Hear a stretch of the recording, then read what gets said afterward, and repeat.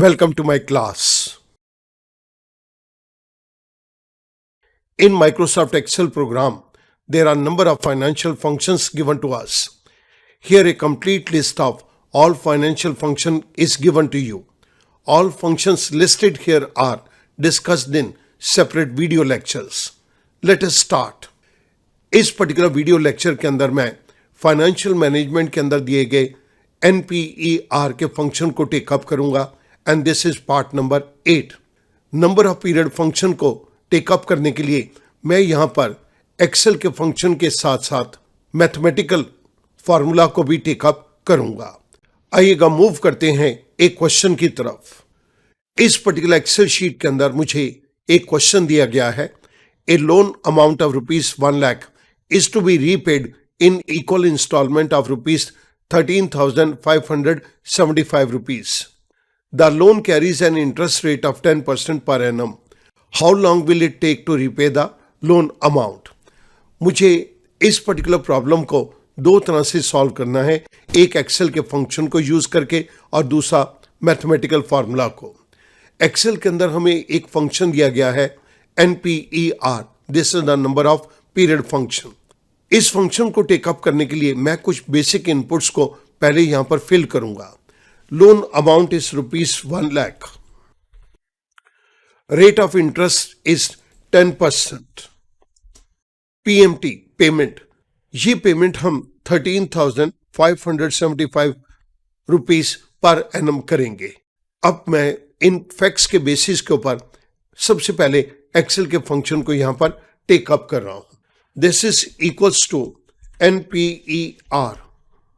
The first argument is rate. Rate is 10%, comma.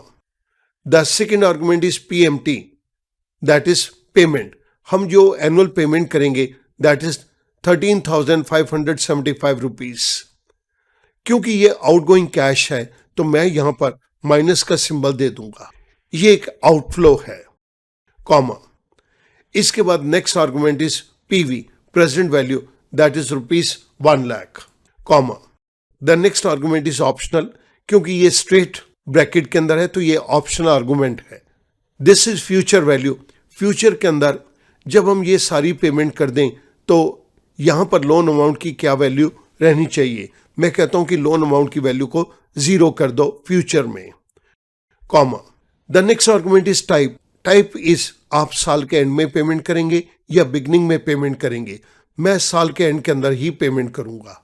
सो यहां पर मैंने 0 पे क्लिक कर दिया. Parenthesis close, I press enter. मेरे पास एक वैल्यू आ गई 13.999. This is in years. It means approximately it will take 14 years to repay 1 lakh rupees अगर हम पर एनम 13,575 रुपीज को पे करते हैं, जबकि रेट ऑफ इंटरेस्ट 10% हो. इसी बात को अब मैं मैथमेटिकल फार्मूला को टेकअप करके आपके सामने एक्सप्लेन करूंगा. मैथमेटिकल फार्मूला के अंदर हमारे पास प्रेजेंट वैल्यू को जानने के लिए एक फार्मूला है, annuity amount multiplied by present value interest factor annuity. आप ये सबस्क्रिप्ट के अंदर R और N को देख रहे हैं. R refers to rate and N refers to number of years. So मुझे प्रेजेंट वैल्यू यहां पर मालूम है, that is rupees 1 lakh. Annuity amount भी मुझे यहां पर मालूम है, this is equals to 13,575. This is multiplied by present value interest factor for annuity R, N, parenthesis close. इसको मैं सबस्क्रिप्ट कर दूंगा. फोन ग्रुप के अंदर मैं जाकर इसको सबस्क्रिप्ट कर रहा हूं. इफेक्ट्स के अंदर मैंने सबस्क्रिप्ट कर दिया. अब मुझे इस पर्टिकुलर इक्वेशन को यहां पर सॉल्व करना है. This is equals to 1 lakh rupees divided by 13,575. यहां पर मेरे पास एक वैल्यू हो गई 7.366482505. मैं इसके डेसिमल को रिड्यूस कर देता हूं. ये मेरे पास एक वैल्यू आ गई. Now present value interest factor for annuity.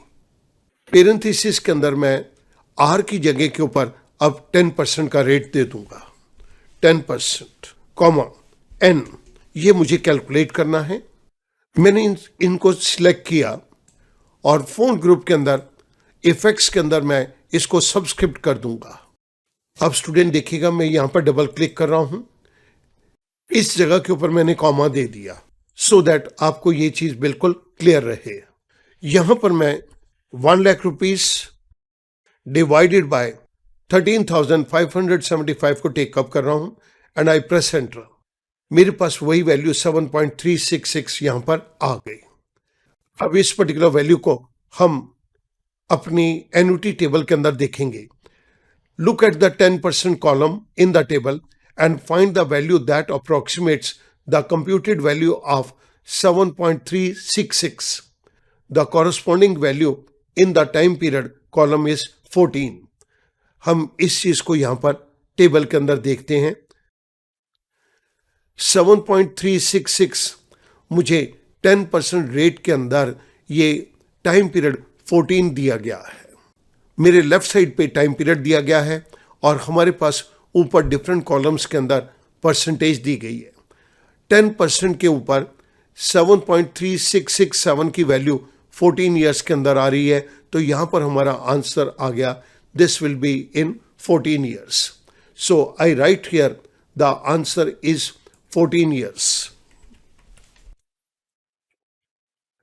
आप देखिएगा एक्सेल के NPER फंक्शन ने भी हमें सेम आंसर निकाल के दिया जो हमारे पास मैथमेटिकल फॉर्मूला के थ्रू ये आंसर आया है।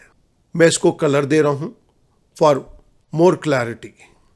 स्टूडेंट, हमने मैथ्स के अंदर दिए गए फॉर्मूला को यूज करके सेम वैल्यू को यहां पर इन्फर किया है। अगर मैं यहां पर 13.999 ईयर्स के डेसिमल्स को रिमूव करूं तो आप देखिएगा कि हमारा आंसर बिल्कुल एग्जैक्टली सेम हो जाता है। सो मैंने यहां पे क्लिक किया और मैं डेसिमल्स को रिड्यूस कर रहा हूं, तो मेरे पास यहां पर वैल्यू 14 ईयर्स की आ गई। मैं उम्मीद करूंगा अब ये क्वेश्चन आपके लिए बहुत आसान हो जाएगा। Thank you very much.